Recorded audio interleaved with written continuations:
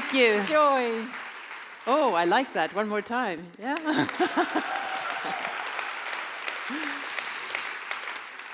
Jag trodde att jag skulle göra det här på svenska. But I guess I have to do it in English. Thank you so much for inviting me to be with you in this important moment. So my name is Åsa, and thank you for the beautiful introduction. I didn't understand anything, but I hope you said the right things. A few things about myself that you don't know. I'm a mother, and I have a daughter, and that's one of the reasons why I'm here. And I've been working with leadership and sustainability all my life, and that's a long life. And when the Sustainable Development Goals were launched, I felt that we really had a beautiful framework. The SDGs, they cover all the sustainability areas we need in this world. All the countries have signed it. All the countries are measuring against themselves. What could go wrong? And we are more than halfway through, and we are definitely not halfway through in achieving the goals. It's only the time that's ticking. In some areas, we're actually going in the wrong direction. So if you look at the global level, we do have the resources. If you look at the global level, we do have the technology. So what are we doing wrong? Why are we not reaching these goals? Well, this was the question that some researchers, it was a small initiative starting in Sweden, but very quickly they gathered some researchers from different prominent schools, including the ones in the Netherlands, of course. And they started talking about, well, who created the problems in the first place? We did. Us, the human beings. So what do we need to do? What do we need to develop? What do we need to change in order to together achieve these Sustainable Development Goals? A global survey was done with thousands of respondents, and it ended up in a very boring report, like all researchers' reports, sorry to say. And thanks to the same organization that designed this beautiful logo, the New Division is a Swedish firm, and one of the co-founders of the Inner Development Goals was the director of the New Division, and it was translated into an easily understandable framework called the Inner Development Goals. And that's where I have the pleasure of working since 3 years, and I have some friends here who are also addicts of the Inner Development Goals. So what did we do? Well, we divided these human capacities that we can all develop even if we're grown-ups. It's better if we start when we're young, but it's never too late. The first dimension is being. How do I relate to myself? Here we have skills like having a moral compass or being present, not on our phone, not in the future, not in the past, being here. And a few others you can see here. The second dimension is thinking, our cognitive skills, and I think we use that a lot. But here we also have perspective seeking and critical thinking. Especially today, it's extremely important to be able to develop your critical thinking. The middle dimension is how we relate to ourselves, how we relate to other people, how we relate to the world. And here you see, for instance, empathy and compassion, and all these other beautiful words in Dutch. The fourth dimension is collaborating, super important. Communication skills, co-creation skills, and the one that is very, very close to my heart, trust. Trust, I believe, is the main reason for so many problems in the world, or actually the lack of trust. We just had to look around what's happening this particular week in the world. And finally, all these dimensions and all these skills are good, but if we don't act upon them, we're not going to change the world. So acting, here we have courage, we have perseverance, we have optimism, and that's how we need to use all the other skills to actually change the world together. And these are leadership skills. And the good news that everybody is a leader. You and you and you and you. We're all leaders and we all have a role in this. The Inner Development Goals, it has explosively become a worldwide organization. We have 600 hubs in 100 countries. We're working with several governments.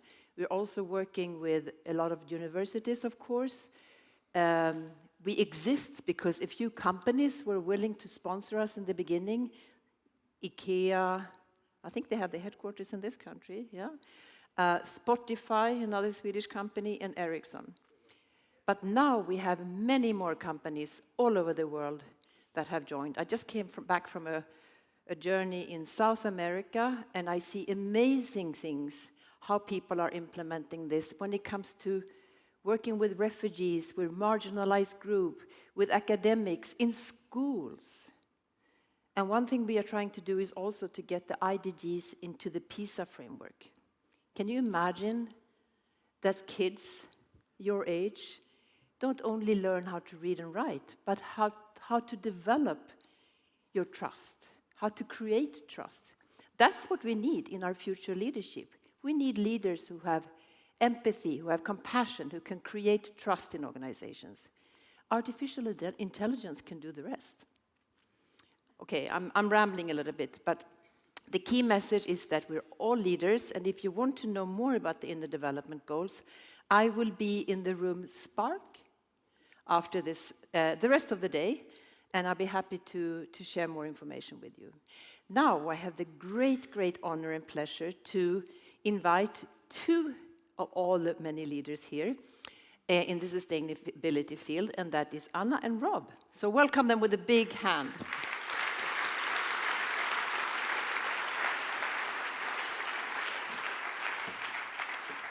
I think we're supposed to sit on this.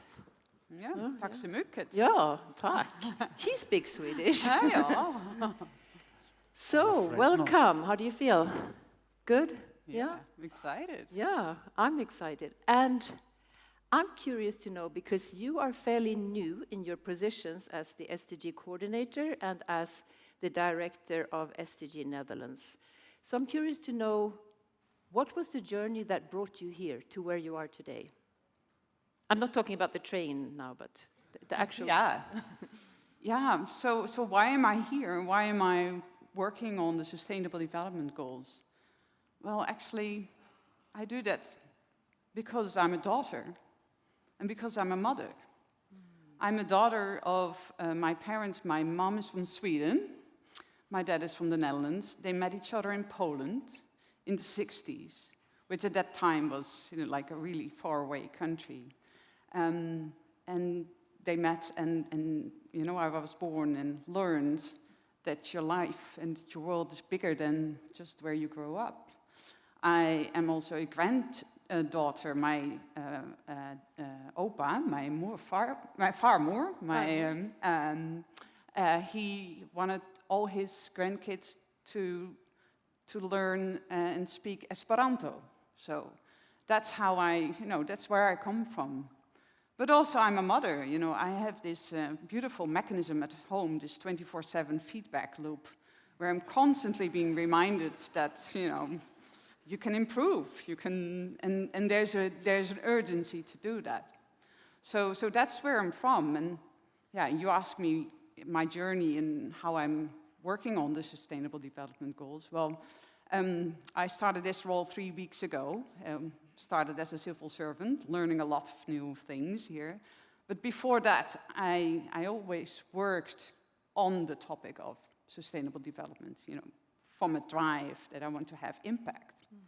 And I worked for a NGO, Amnesty International, where I worked on sustainable development, working with companies on human rights. I worked with other organizations together to develop an international framework on business and human rights. So I did, for me that was a good setting. For the past 16 years I worked in finance. I worked with pension funds to further incorporate sustainability and governance and long-term thinking in the way our pension assets were invested. And in that capacity, I also had the opportunity to work on sustainable development, to work with other companies, to work with all actors in the field to contribute to this important goal, sustainable development. Thank you so much, Anna. It seems like you are the perfect person for the role that you have now. Thank you. Thank you. What about you, Rob? I don't know whether I can match this. But, when I applied for this job, I did some calculations for myself, and over the past 20, 30, 35 years, oh God, I've been working on so many of these SDGs, in fact. I've experienced in some 12 of the 17 SDGs. And that was a kind of, aha-erlebnis. It was, okay, this is interesting.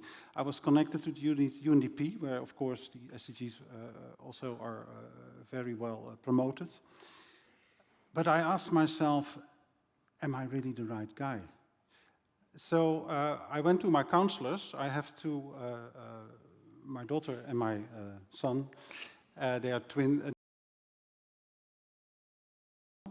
And I asked them, well, do you think the movement that they are aware of, because they followed some things in studies and in the school and all that, do you think that I can, make a difference in this movement? And, they did some counseling, and they provided me with some mirror, and they gave me some advice. So if you mind this and this and this and this, then you can do it.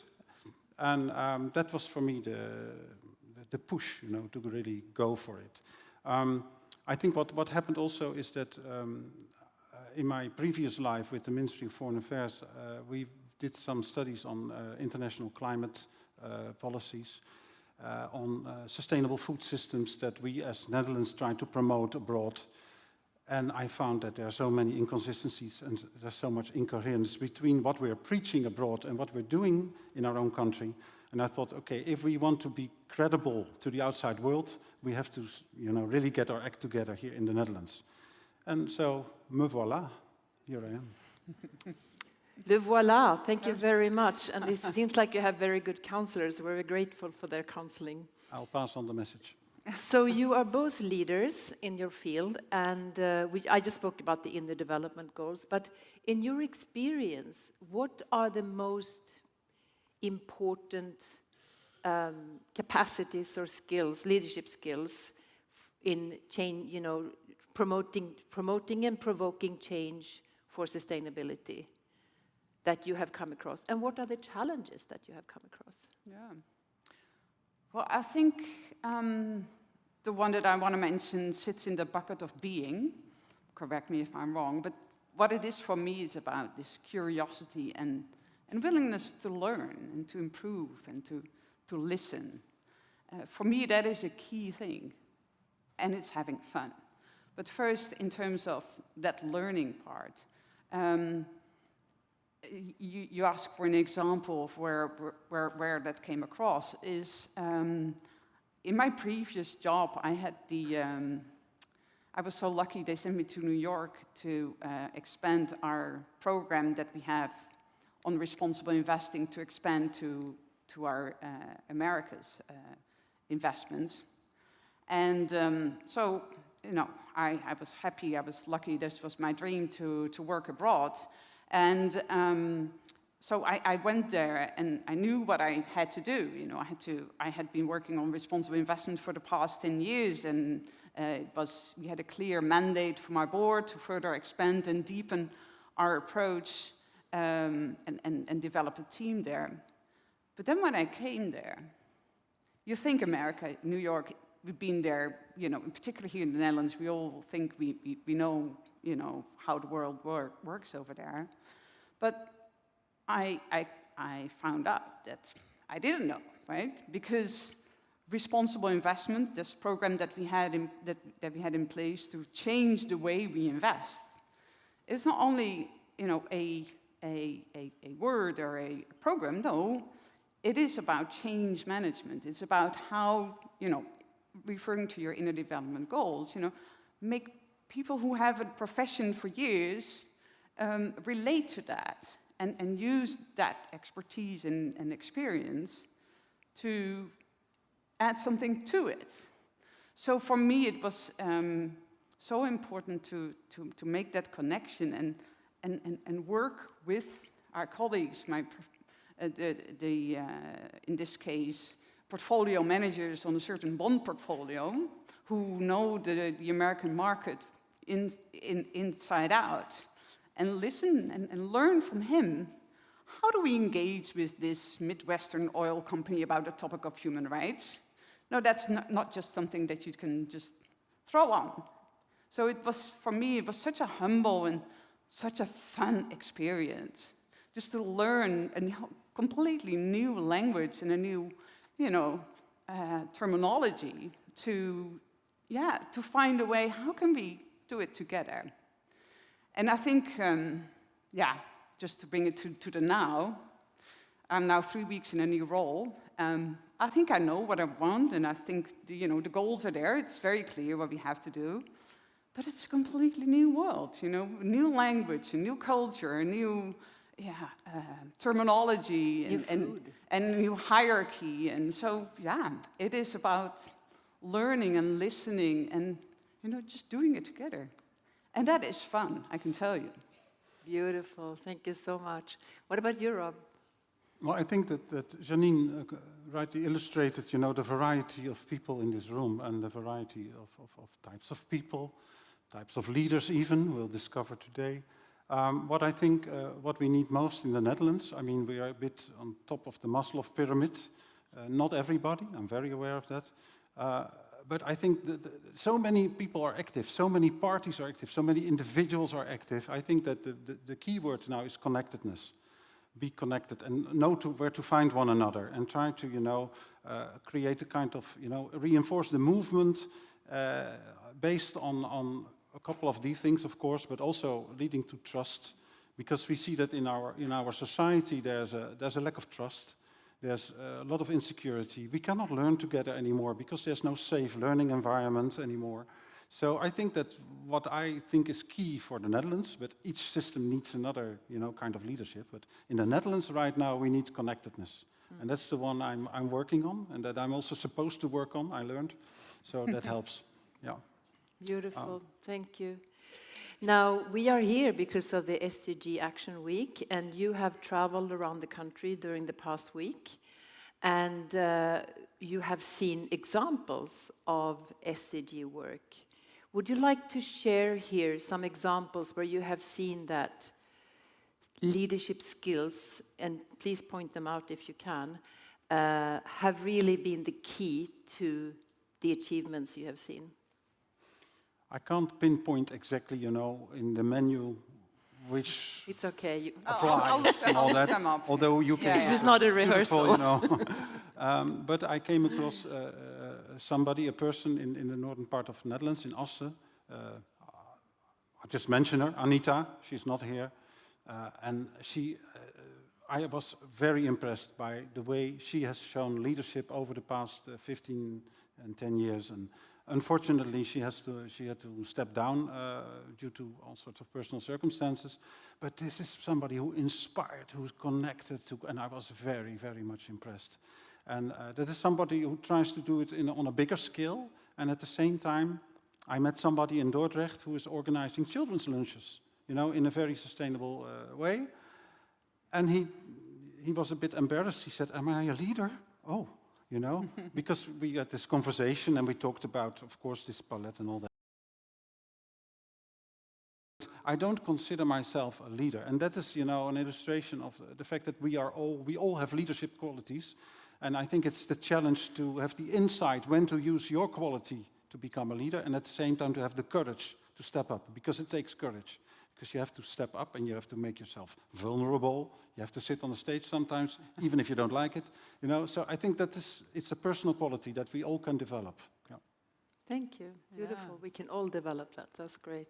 Yeah. And Anna? Yeah. So as part of SDG Action Week, I was the lucky one to go to Maastricht, which is in the south of the Netherlands. It's amazing. You need to go there. I'm going tomorrow. Oh, good. You'll like it. So there, I met many people, very inspiring young leaders. I also met Simone. She is a biologist, studied in Wageningen, did lots of research and PhD and travel the world and see it all. And now she works at a MBO, which I think translates to something like vocational training school, working with students,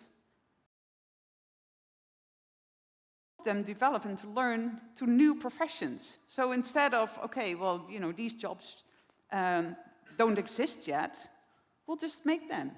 And I thought that was for me, such an inspirational approach in terms of, well, if it doesn't exist now, but we need it, let's just make it. Beautiful, beautiful. Sounds like you had a lovely week, and I wish we could all have traveled around the Netherlands to see all these beautiful examples. As a matter of fact, we're all going to do that because there's a movie that we're going to watch. So thank you so much for sharing. And let's watch the movie. Thank you.